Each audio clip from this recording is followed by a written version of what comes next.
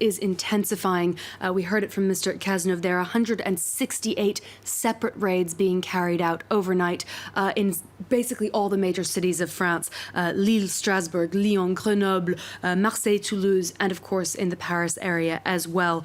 Now, France, of course, is under a state of emergency, and that gives police special powers, additional powers to go in and target places where they think they might have potential suspects or people who might be able to give them some information.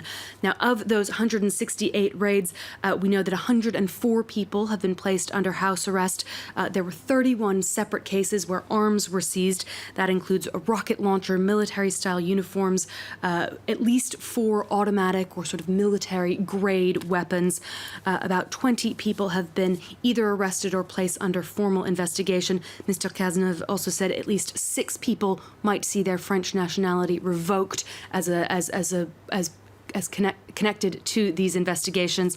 There's also a separate and very intense investigation happening over in Brussels in a suburb of Belgium, and we'll be hearing from our correspondent on the ground with the latest on that. And it's important also to specify that these raids aren't necessarily connected to Friday's attacks. It's also the authorities wanting to perhaps prevent further ones, cracking down on people possibly planning further attacks. So what's the latest you've got for us on the suspects of Friday's attack? Well, Paris's public prosecutor has said this morning that 5 of the 7 suicide attackers who were deceased in Friday's attacks have been identified.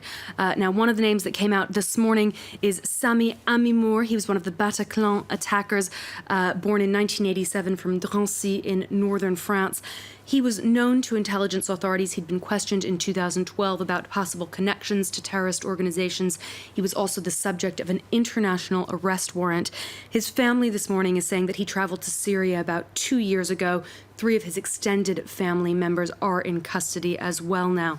The second Bataclan attacker who has been identified now is Omar Ismail Mostefai. He's a French national born in Courcouronnes near Paris. He was the first one who was actually be identified. We had his name over the weekend. He was known to authorities also as someone who had been radicalized, although he had no record in France of potential terrorist links or activities.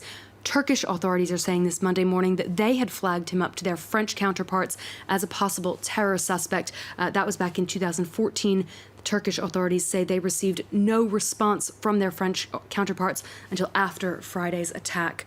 Another name that we've gotten from judicial sources, Bilal Hadfi. He's said to be one of the men who blew himself up at the Stade de France. He lived in Belgium.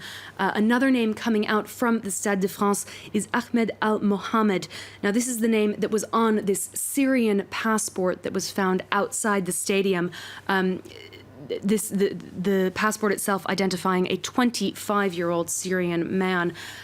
Now, the man who was with the passport, although we don't know that if the passport was authentic, we don't know if it was actually his. He himself, though, had been registered in Greece. He'd come through Greece and registered with his fingerprints. So we know that this man in particular had passed through Greece as a migrant, apparently, although we don't know if that is his actual name, if the passport really belonged to him.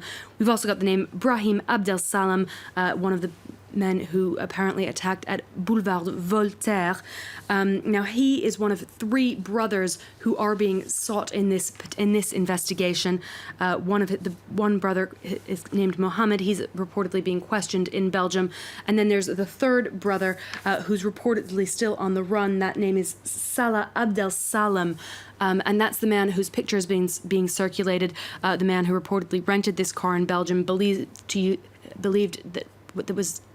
to have been used to escape from the Bataclan, described potentially as very dangerous. People are being asked to contact authorities across Europe if they happen to see him. It's important to point out his involvement in the attacks has not actually been established. He was actually stopped by police while he was in this car on Saturday morning. They had no idea that he may have been connected or wanted as part of this investigation, and he was let go. There were also some reports earlier this morning that he may perhaps have been arrested. Those have now been disproved. He is apparently still at large.